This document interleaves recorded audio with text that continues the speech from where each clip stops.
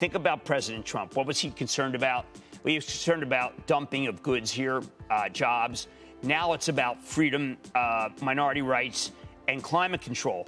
And it's proving to be as intractable, Scott, as were issues involving tariffs.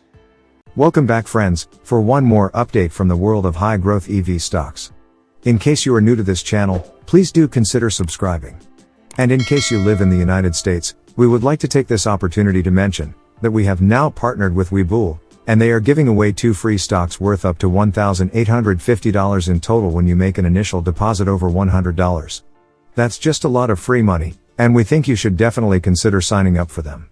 All you have to do to claim this free money is use the sign up link from the description of this video. Now let us get right into it. As most of you would know, currently there's a downward pressure on most growth stocks. Firstly, there is the fear of inflation, and on top of that, many big investment houses are switching their positions from growth stocks like NIO to industrial recovery stocks in sectors such as retail and travel. Now, what has also started playing out significantly since last week is the renewed worsening diplomatic relations between US and China. Last week, the European allies of US slapped sanctions targeting some Chinese officials. And some Western brands have also imposed trade restrictions with China citing human rights violation. This has in turn resulted in a massive domestic backlash on these Western brands and China. The current status of diplomatic ties between US and China have reached such a low that now there's a renewed fear of delisting of some of the Chinese stocks from US stock exchanges as well.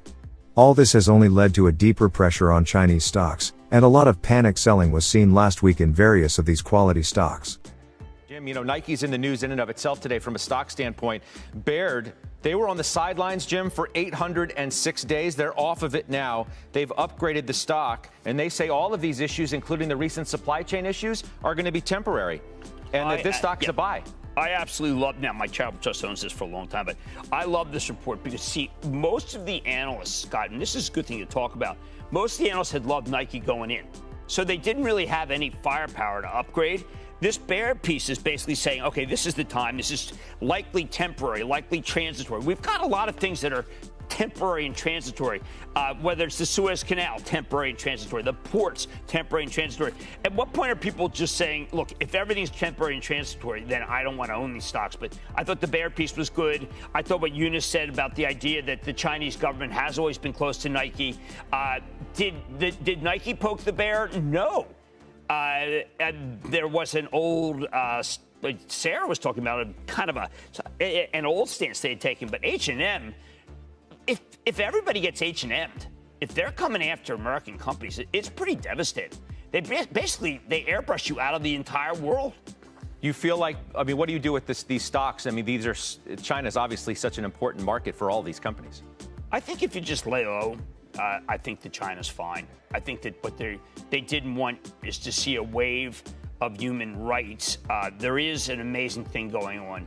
Think about President Trump. What was he concerned about? Well, he was concerned about dumping of goods here, jobs. Now it's about freedom, minority rights, and climate control. And it's proving to be as intractable, Scott, as were issues involving tariffs. Hey, Jim, I want to show up. Since we're talking about China, and before we were coming on the air, you mentioned how some of the China stocks in China was down. Yeah. I want to throw up shares of Baidu, if we could, because it's literally moving as we speak. John Spallanzani, he's a guest on the network every now and then. He sends an email that says there's a block of 10 million shares said to be offered via Goldman. Take a look at shares of Baidu in the extended hours. That stock's down nearly 6%. You've been talking about and focusing on these China stocks, specifically this morning, right before we came on the air today. Geez, these are just being roasted. Tencent, Vipshop, these are just, when I check around Wall Street, people are just saying they're for sale. Well, thanks. That doesn't really get us anywhere. But these are very popular stocks with, again, we're talking about that younger cohort. They love Tencent. And yet Tencent is just on very big volume right now. It's being crushed. Yeah, Baidu, you see there. Baba looks like it's going to open down a couple of bucks. We'll certainly keep our eye. Now coming back to the NIO stock, we see there is an immediate support at around the $32 levels. Last time NIO crashed that far down, there was a solid support at that $32 level, and NIO actually bounced nearly 50% from there, all the way to $46. So, it does look as if the support is pretty solid at that $32 level. However, there are also chances that there could be continued panic around Chinese growth stocks next week. The blockage at Suez Canal is also slowly growing into a major trade disruption fear. So, if all these negatives do play out, things could get really ugly next week as well.